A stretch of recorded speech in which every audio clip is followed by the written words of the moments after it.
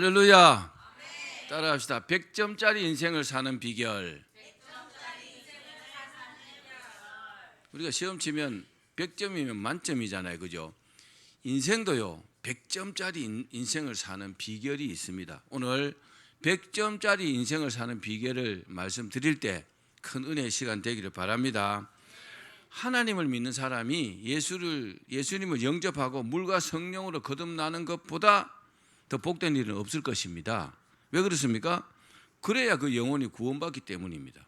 가장 중요합니다. 그러나 그에 못지않게 중요한 것이 성령을 받았기 때문에 그 이후의 삶은요 성령의 인도하심으로 최고의 복된 삶을 살게 된다는 것입니다. 아멘. 성령을 받았기 때문에 성령의 인도하심으로 살게 된다는 겁니다. 성령 받지 못하면요 인도함 받지 못하겠죠? 성령을 받았기 때문에 성령의 인도하심을 받는다는 겁니다. 왜냐? 내게 임하신 그 성령님은요 내 안에 뭐 하십니까? 내주하십니다. 내주하시고 내 삶을 인도하시기 때문입니다. 내 안에 거하신단 말입니다. 그렇습니다. 내주하시는 성령님께서 나를 복된 삶으로 인도하시는 것입니다. 이 성령님의 인도하심에 순종하면 그 사람은요 100점짜리 인생을 살 수 있는 것입니다. 그게 아멘. 그렇습니다. 2000여 년 전에 오순절 마가 요한의 다락방에 120문도에게 성령이 임하셨습니다. 그 성령이 임한 사건으로 인해서 실질적인 교회가 이제 태동된 것입니다.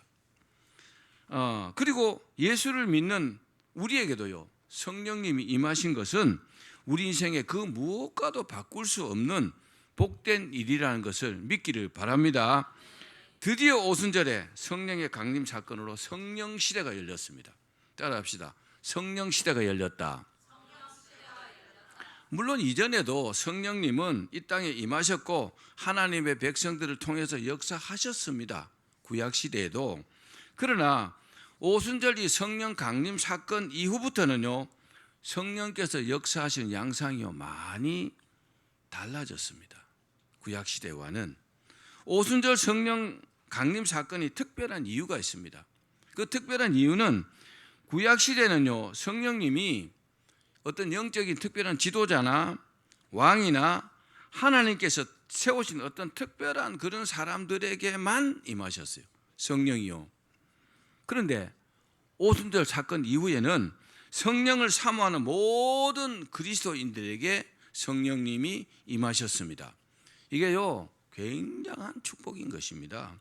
또 오순절 사건 이전에는 사울 왕처럼 성령님이 임하셨다가요 그냥 떠나버리시기도 하셨습니다.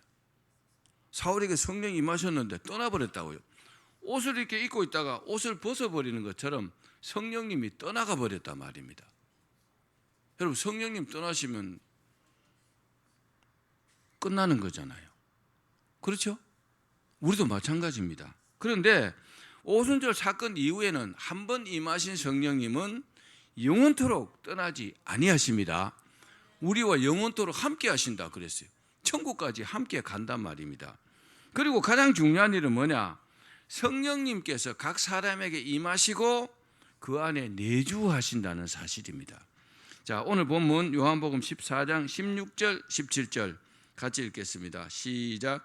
내가 아버지께 구하겠으니 그가 또 다른 보혜사를 너희에게 주사 영원토록 너희와 함께 있게 하리니 그는 진리의 영이라. 세상은 능히 그를 받지 못하나니 이는 그를 보지도 못하고 알지도 못함이라. 그러나 너희는 그를 아나니 그는 너희와 함께 거하심이요 또 너희 속에 계시겠음이라. 아멘. 예수님께서 이 땅을 떠나시기 전에 제자들에게 하신 약속의 말씀입니다. 세상은 성령님을 보지도 못한다는 겁니다. 여러분 믿지 않으면요 절대로 성령을 받을 수 없습니다. 왜? 분명히 말씀하셨잖아요. 세상이 뭡니까? 믿지 않은 불신을 말하는 겁니다. 세상은 성령님을 보지도 못하고 알지도 못하고 받지도 못한다 그랬어요. 무슨 말입니까? 구원받지 못한다 이 말입니다. 믿지 않으면. 그러나 예수님을 믿는 사모하는 자들에게는 성령이 임하시고 그리고요 그들 안에 내주하시고 영원토록 함께 계신다 그랬습니다. 이게 얼마나 여러분 큰 축복입니까? 한마디로 성령님이요 성령 받은 사람 안에 영원토록 내주하신다는 것입니다. 그러면 성령에 내주하신다는 것이 무슨 뜻일까요? 무슨 말일까요? 한마디로 성령의 내주는 우리가 성령을 받은 뒤에 성령께서요 우리 안에 거하시는 것입니다. 우리 안에 함께 하시는 것입니다. 그렇습니다. 우리가 성령 받았다면 우리 안에요 성령님이 거하십니다. 그리고요 중요한 게 뭡니까? 영원토록 떠나지 않고 우리와 함께 하십니다. 자, 사도행전 19장 2절 말씀 읽어봅시다. 시작. 너희가 믿을 때 성령을 받았느냐? 이르되 아니라 우리는 성령이 계심도 듣지 못하였노라. 바울이 에베소 교회에 가서 복음을 이렇게 전하면서 에베소 교인들에게 물어본 말입니다. 너희가 믿을 때 성령 받았느냐? 그러니까 교인들이 뭐라고요? 아니 우리 성령 있는 것도 들어보지도 못했다고. 처음 듣는다고. 그런 사람이 성령 못 받았겠죠? 여러분 이 시대는요 성령이 계신다는 사실을 듣지 못한 성도들은 교인들은 별로 없을 겁니다. 성령 설교하면서 얼마나 말을 많이 했겠어요. 말씀으로요. 그렇죠? 그런데 들어도 관심이 없든지 아니면요 어떻게 받는지 몰라서 성령을 받지 못하고 형식적으로 신앙생활하는 사람들이 있을 것입니다. 이 사람들 안에는요 당연히 성령님이 내주하지 않습니다. 그러므로 우리도 나는 성령 받았는가? 한번 따라해 봅시다. 나는 성령 받았는가? 이 질문을요 스스로에게 던져서 그 질문에 대한 어떤 답을 가지셔야 합니다. 받았다면 감사하고 뭐 해야 됩니까? 그 다음에 성령 받았다면 성령 충만 받기를 기도하셔야 합니다.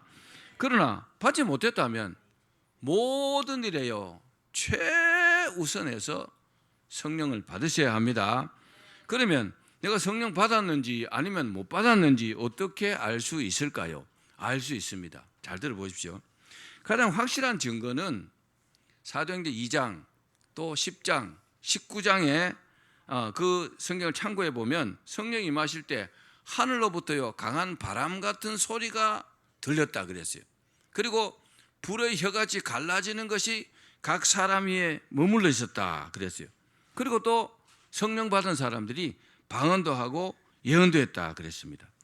그런데 이런 일들은 성령을 받았다는 외적인 증거입니다. 따라합시다. 외적인 증거. 나에게 외적인 증거가 있다면 그 사람 성령 받은 사람입니다. 성경의 증거이니까요. 그러나 그런 외적인 증거 외에도 내적인 증거도 있습니다. 따라합시다. 내적인 증거도 있다. 사도행전 2장 37절입니다. 시작. 그들이 이 말을 듣고 마음에 찔려 베드로와 다른 사도들에게 물어 이르되 형제들아 우리가 어찌할꼬 하거늘. 유대인들이요 베드로와 사도들의 말을 들었어요. 막 그 설교를 막 듣다가 뭐였다고요? 마음에 찔림을 받았다는 겁니다. 그 말씀에 찔려갖고 속으로는 뭐요? 속으로는 아멘 하고 겉으로는 말 못하고 속으로만 아멘으로 받고 그 말씀에 반응을 보이기 시작한 겁니다. 그럴 수 있잖아요. 믿지 않는 사람들이 설교를 들으면요 말씀에 찔림을 받아갖고 속으로는 맞아 맞는 것 같네 아멘 이렇게 한다는 겁니다. 그렇습니다. 하나님의 말씀에 찔림을 받는 것이요 성령 받는 일의 첫걸음이라는 것을 믿기를 바랍니다. 사랑하는 여러분, 우리가 성경을 읽거나 아니면 설교를 들을 때 마음의 감동을 받아가지고 마음속 깊이 아멘 하신 적이 있으시죠? 그죠? 입으로 소리 나기는 아멘 못해서 속으로는 아멘 하신 적이 있잖아요. 자, 사도행전 2장 38절도 읽어봅시다. 시작. 베드로가 이르되 너희가 회개하여 각각 예수 그리스도의 이름으로 세례를 받고 죄 사함을 받으라. 그리하면 성령을 선물로 받으리니 성령의 선물을 받는 게 아니고 성령을 선물로 받으리니, 그게 원문입니다. 자, 마음에 찔림을 받은 이 유대인들이 베드로에게 막 마음이 찔렸어요. 그래서 물어봅니다. 우리가 어떻게 하면 되겠냐고.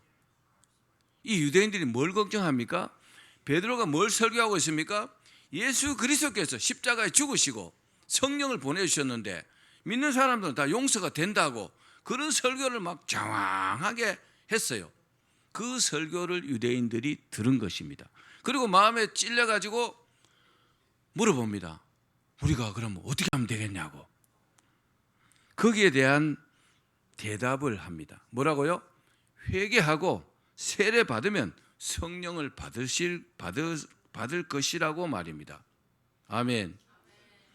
자, 그렇습니다. 성령을 받는 가장 확실한 방법이 뭘까요? 자기의 죄를 회개하고, 그리고요, 죄 용서를 받아야 합니다. 내가 잘못했습니다 이렇게 할 수는 있지만, 잘못했습니다 하는 거하고 죄 용서를 받는 것은 다른 것입니다. 좀 다른 개념이에요. 물론 내가 용서를 빌어야 용서를 받을 수 있겠죠.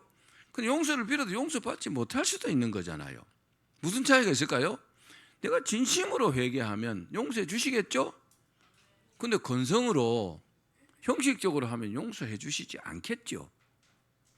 그렇습니다. 왜냐하면 성령님은요, 더러운 곳에는 임하지 않습니다. 더러운 것이 뭡니까? 죄가 있는 곳이 더러운 것입니다. 그래서 자기가 진심으로 회개하면 이 죄가 사라지잖아요. 그러면 깨끗해졌어요. 그 깨끗해진 심령 위에 성령이 임하시는 것입니다. 그래야, 그렇기 때문에 성령 받는 것의 필수 조건은 뭡니까? 회개입니다. 회개를 제대로 하지 않으면요, 절대로 성령님이 임하지 않습니다. 회개한다는 말은 믿는다는 말입니다. 믿기 때문에 자기의 과거의 죄를요, 주님 앞에 내어놓고 용서를 구하는 거잖아요. 그러므로 성령을 받으려면 진실되고 간절한 회개는 필수라는 사실을 믿으십시오. 사랑하는 여러분, 하나님께 진심으로 자신이 죄인이라는 사실을 눈물로 고백하는 일이 있으시죠? 그리고 자신의 죄를 용서해 달라고 구하신 일이 있으시죠? 또 하나님께서 내 죄를 용서하셨다는 확신을 받은 적이 있습니까? 그리고 그 회개로 인하여서 마음의 평안을 누려보신 일이 있다면 그 사람은 성령을 받은 것입니다. 아멘. 그럼 그때부터요, 성령님이 그 사람 안에 이렇게 임하시는 것입니다. 회개하고 죄 용서를 받았어요. 그리고 하나님 말씀처럼 세례 받았어요. 그러면요, 성령이 그 안에 임하신다는 겁니다. 아멘. 그러니까 성령을 받았다는 외적인 증거도 있고 내적인 증거도 있는 겁니다. 내적인 증거는요, 다른 사람이 알 수 없어요. 자기 자신밖에 모르는 겁니다. 하나님 물론 아시겠죠. 하나님께서 인정하셨기 때문에 그 사람이요, 회개하는 모습을 보고 그 사람 안에 이렇게 임하신 것입니다. 그러나 중요한 사실이 있습니다. 중요한 사실이 뭐냐? 성령이 그 사람 안에 내주하셔도 사람마다요, 다 다르다는 사실입니다. 이건 굉장히 중요한 문제입니다. 그 핵심이 뭐냐? 핵심은요, 내가 성령으로 충만한가, 그렇지 아니한가 하는 것입니다. 자, 에베소서 5장 8절 말씀, 18절 말씀 읽읍시다. 시작. 술 취하지 말라. 이는 방탕한 것이니 오직 성령으로 충만함을 받으라. 이 말씀에서 성령의 충만함을 받으라는 말씀은요, 명령형으로 기록되어 있어요. 반드시 받아야 한다는 뜻으로 명령형으로 기록되어 있는데, 성령 충만을 받아야 될 이유가 여러분 뭔지 아십니까? 가장 큰 이유는요, 내가 성령 충만을 받으면 성령 충만해지죠? 그럼 하나님께서 말씀하시는 것을요, 다 알아들을 수가 있어요. 근데 성령 충만하지 않으면 하나님 말씀하셔도 내가 소통할 수 없을 때가 더 많아요. 하나님 계속 말씀하셔도 못 알아듣는단 말입니다. 왜요? 충만하지 않기 때문에. 이해하시겠습니까? 하나님은 영이시잖아요. 그렇죠? 성령님은 하나님이십니다. 사람이 아니요. 사람과 같지 않단 말입니다. 그러니까 소통할 수 있는 방법이 뭐라고요? 내가 성령 충만해지는 것입니다. 자, 그런데 왜 성령 충만을 술에다가 비유를 했을까요? 술을 한 번씩 마셔보셨습니까? 다들 조금씩 경험은 있겠죠. 잘 들어보십시오. 이 설교를 들으면 술을 마셔본 사람이 더 잘 이해를 할 것 같아요. 자, 술을 조금 마시면 어때요? 기분이 좋아집니다. 그리고요, 조금 마시는 사람은 실수를 잘 하지 않습니다. 왜요? 자기 정신이 멀쩡하니까. 그런데 그 술이 취하는 정도에 따라서 그 사람의 행동이 달라질 것입니다. 다시 말씀드리면 술을 많이 마실수록 점점 더 취하게 되고 완전 만취가 되면 어떻게 해요? 술이 그 사람을 지배하게 됩니다. 맞습니까?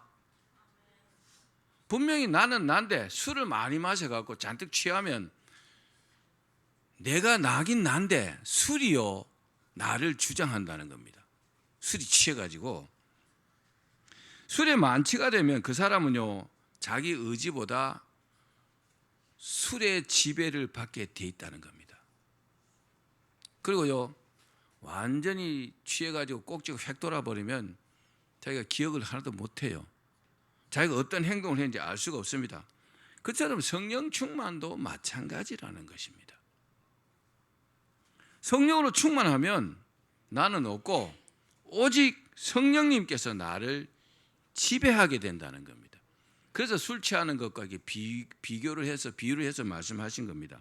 성령을 받아서 성령님이 그 안에 내주해도 성령 충만하지 않으면 자기 자신이요 자기를 주장해요.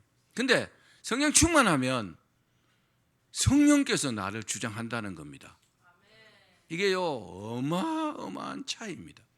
그러므로 여러분 정말 100점짜리 인생을 살고 싶으면 성령 받고 성령 충만을 하시기를 바랍니다. 그러면요 그때부터는요 성령께서 그냥 나를 지도하고 인도하시는 겁니다. 나는 성령께서 시키는 대로만 사는 겁니다. 100점짜리 인생 맞죠? 하나님 시킨 대로 사니까 그렇습니다. 그러나 성령으로 충만해지면 다시 한번 말씀드리지만 그때부터는요 성령님이 나를 지배하게 된다는 겁니다. 이게요 매우 중요합니다. 자신의 생각이나 감정 그리고 의지까지 지배하시면서 거룩한 삶을 살게 된다는 사실입니다. 그러니까 그때부터 100점짜리 인생을 살지 않겠습니까? 다시 말씀드리면 인생 최고의 복인 성령님의 인도하심을 받는 겁니다. 자, 갈라디아서 5장 18절 말씀 읽어봅시다. 시작. 너희가 만일 성령의 인도하시는 바가 되면 율법 아래에 있지 아니하리라. 율법이요 664가지입니다. 율법이요 지키라는 율법이 어마어마하게 많습니다. 왜 그렇게 율법이 많을까요? 사람들이 하도 제멋대로 사니까 하나님께서요 모세를 통해 가지고 아주 디테일하게 요때는 요렇게 하고 요때는 요렇게 하고 주일은 안식일은 요렇게 하고 요렇게 664가지입니다. 그걸 어떻게 다 지키겠어요? 자, 그런데 어떤 사람은요 지금 율법 시대가 아니고 은혜 시대이기 때문에 율법을 지키지 않아도 된다 이렇게 말합니다. 맞을까요? 아닙니다. 율법을 지켜야 합니다. 그런데 주님께서는 뭐라고 하셨느냐? 나는 율법을 폐하러 온 것이 아니고 완전케 하러 왔다 이렇게 말씀하셨어요.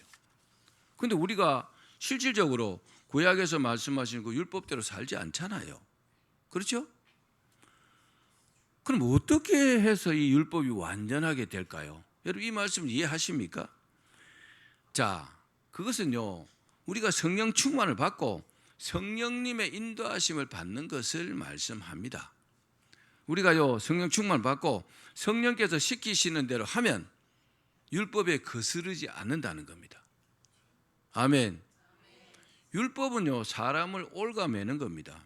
잘못하면 벌을 주는 거죠. 그렇죠? 근데 성령께서 시키시는 대로 살면은 너무 잘못될 이유가 없는 거잖아요. 이해하시겠습니까? 그러면 성령님이 우리 안에 내주하시면 어떤 일이 일어날까요? 굉장한 일들이 일어납니다. 자, 세 가지로 말씀드릴게요. 첫 번째, 따라합시다. 예수님이 구세주이심이 믿어진다. 자, 여러분들이 예수님이 구세주이심을 믿어집니까? 그러면요, 여러분 안에 성령님이 내주하고 계시는 겁니다. 지금요. 자, 고린도전서 12장 3절입니다. 시작. 성령으로 아니하고는 누구든지 예수를 주시라 할 수 없느니라. 아멘. 우리가 기도할 때 주여 주님 막 기도하죠. 믿어지기 때문에 그렇게 주여 하잖아요. 근데 이게요, 성령으로 말미암아 주님이라고 우리가 부르게 된다는 사실입니다. 우리가 예수님 믿어지고 구주로 고백하시는 이유가 뭐라고요? 성령님께서 우리 안에 내주하시기 때문에 우리를 믿어지게 하는 겁니다. 그래서 믿어지는 겁니다. 예수를 믿으라 그래야면, 주 예수를 믿으라 그래야면 너와 내 집이 구원 얻으리라 그랬잖아요. 믿는 것이 아니고 믿어지는 겁니다. 뭐 때문에요? 성령께서 내 안에 내주하시기 때문에. 그래서 천국 가는 겁니다. 믿어지기 때문에 하나님께서 믿는다고 인정하시는 거잖아요. 내가 믿겠습니다, 믿습니다. 아무리 그래도 안 믿어지면 안 믿는 겁니다. 성령님의 내주하심이 너무나 여러분 중요한 겁니다. 자, 그리고 내주하시면 어때요? 기도하면 내 기도에 성령께서 응답하시는 겁니다. 또 모든 것이 하나님의 은혜라고 감사할 수 있는 것도 성령님의 내주 때문에 그렇습니다. 뿐만 아니라 인생이 살다 보면 고난도 있잖아요. 그런 고난과 위기 상황 속에서도 우리가 믿음으로 행할 수 있잖아요.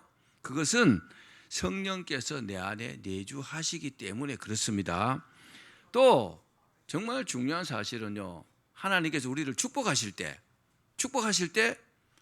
성령님 우리 안에 내주하시면 음성이나 어떤 감동으로 우리에게 가르쳐 주십니다.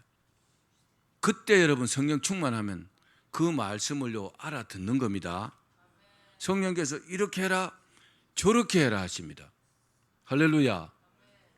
저는 솔직히 이런 어떤 성령의 인도하심을 엄청 받습니다. 성령의 세미한 음성도 듣고 감동으로 또 많이 받습니다. 갑자기 어떤 일이 생각나기도 합니다. 여러분, 성령이 우리 안에 내주하시는 것보다 복이 없습니다. 그리고 성령 충만하시면 성령께서 말씀하실 때마다 다 알아듣습니다. 그게 여러분 최고의 복인 줄로 믿기를 바랍니다. 자, 두 번째는 따라합시다. 협력하여 주님의 일을 하게 하신다.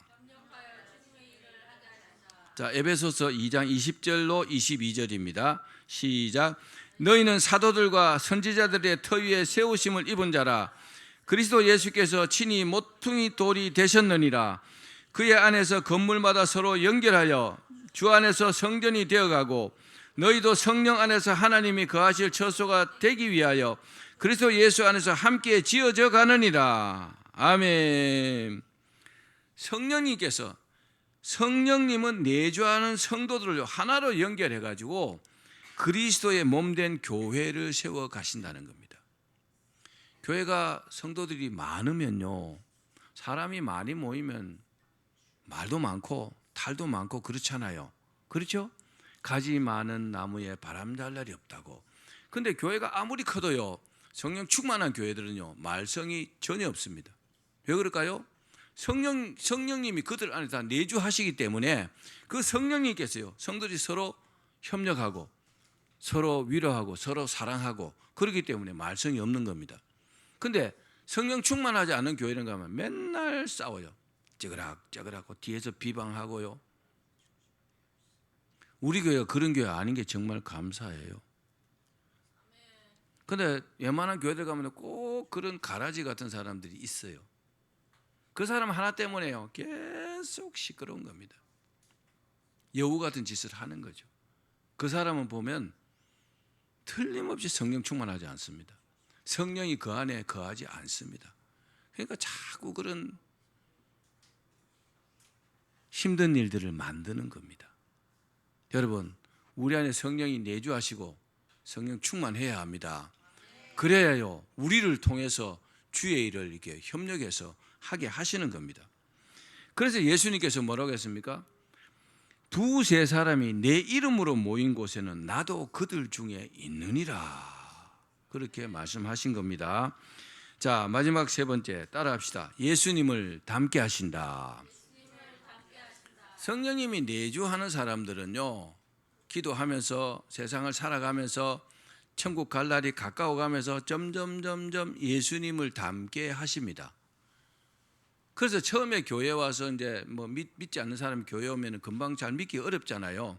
근데 믿고 이 사람이요 변화되어 가면은, 예수님을 닮아가는 쪽으로 이게 변화되어 가면 그 사람은요 성령 받고 성령님이 그 안에 내주하시는 것입니다. 여러분, 그래야 합니다. 예수 믿은 지 오래됐다는데 그 못된 성품이 그대로 있고 온갖 못된 짓은 혼자 다 하고, 전혀 그 사람은요 믿는 사람이 아닙니다. 그 사람은요 성령이 내주하는 사람이 아닙니다. 성령이 내주한다면 절대로 그렇지 않다는 겁니다. 사람이 굉장히요 온유하게 변화되고, 그리고 아주 악한 사람이요 굉장히 착하게 변화된다는 겁니다. 예수님의 성품입니다. 자, 성령님이 내주하게 되면 그 사람은요 거듭나서 새로운 삶을 살게 됩니다. 다시 말씀드리면 예수님을 닮아가는 삶을 살게 된다는 겁니다. 요즘은 막 그 안티 크리스찬도 많고, 크리스찬 중에서도 좀 세상적으로 무리를 일으킨 사람도 많잖아요. 그런 사람들은 성령님이 내주하고 성령 충만한 사람은 아니라고 보셔야 합니다. 자, 갈라디아서 5장 22절 23절에 보면 9가지 성령의 열매가 나오죠. 거기 보면 사랑, 희락, 화평, 오래 참음, 자비, 양선, 충성, 온유, 절제, 이 9가지 성령의 열매, 이게 뭡니까? 바로 예수님의 성품입니다. 우리가 이렇게요 처음부터 완벽하게 되지 않더라도 이렇게 변화가 되어야 합니다. 사랑, 희락, 화평, 오래 참음, 자비, 양선, 충성, 온유, 절제. 절제하는 사람, 사랑이 많은 사람, 그리고요 자비가 많은 사람, 그리고 오래 참는 사람, 화평을 위해서 애를 쓰는 사람, 그 사람이요 예수님의 성품이잖아요. 그렇게 변화돼야 그 사람이요 성령님이 내주하고 점점 그렇게 변화되어 가는 사람입니다. 우리가 예수님을 닮아서 이제 성령이 내주하시면 예수님을 닮아서 복음을 전하며 천국 들어갈 준비를 하는 것입니다. 그래서 신학 용어 중에서 성화라는 용어가 있습니다. 신학 용어 중에서 성화가 뭡니까? 성스럽게 변화되어 간다는 거죠. 거룩하게 예수님처럼 점점 성화되어 가는 겁니다. 그래서 과거에 나는 없고 완전히 새로운 나, 거듭난 나, 그죠? 예수님 같은 나. 예수님 같지는 않겠지만 우리가 아무리 노력해도 그래도요 모세처럼, 모세는 그 온유함이 지상에는 모든 사람보다 더하다 그랬잖아요. 그러므로 우리가 딱 한 가지 말씀은 기억해야 합니다. 우리 같이 읽어봅시다. 고린도전서 3장 16절입니다. 시작. 너희는 너희가 하나님의 성전인 것과 하나님의 성령이 너희 안에 계시는 것을 알지 못하느냐? 우리가 하나님의 성령을 모신 하나님의 거룩한 성전이라는 겁니다. 그리고 우리 안에 성령이 계신다는 것을 기억하시면서 사셔야 합니다. 이 말씀을 명심하고 내주하시는 성령님의 인도하심으로 살면 100점짜리 복된 인생을 살게 됩니다. 다 그렇게 되시기를 주의 이름으로 축원합니다.